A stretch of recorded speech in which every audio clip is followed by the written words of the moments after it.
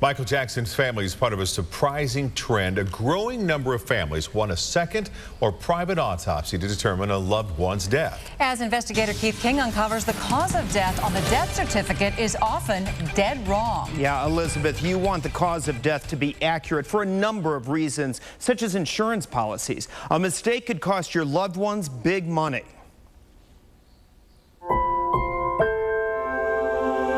At just 34 years old, Eric Heimers was found dead in a local motel in 2008.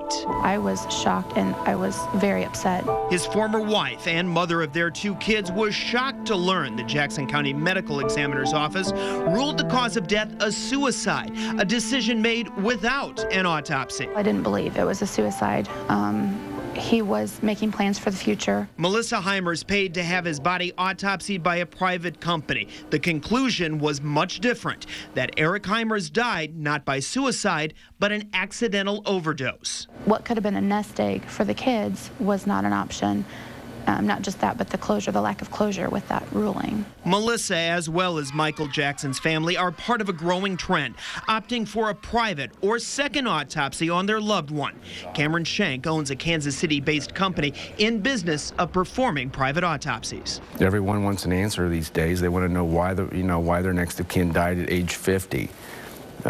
Insurance wants to know if they died of cancer. A 6-month investigation by our partners at Scripps Howard News Service shows the official cause of death written on death certificates by coroners is often wrong. Reporters analyzed nearly 5 million recorded deaths in 2005 and 2006 and found the number of autopsies being done today is at 9%, a record low. But with fewer being done, more mistakes are being made. The autopsy dramatically improves the investigation into why people die. When you don't do them, you're more likely to make mistakes, and that's exactly what we're finding. Reporter Tom Hargrove says when little effort is made to determine why someone dies, the coroner often rules the cause of death as something common, like coronary disease.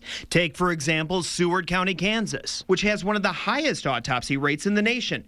Only 22% of those deaths are ruled as coronary disease. Compare that to Oregon County, Missouri, where autopsies are rare. The number of deaths due to coronary disease is much higher. More than 30%. It's the default diagnosis. It doesn't really mean anything, and it's often not why people die. Why people get private autopsies vary. Some want to know if the cause can be hereditary. Others don't trust the coroner doing the autopsy, and it can be costly. Melissa Heimers spent $3,000 for a private autopsy, but believes it was worth the cost. It gave her answers and peace of mind. It's given us the closure, the information that we needed.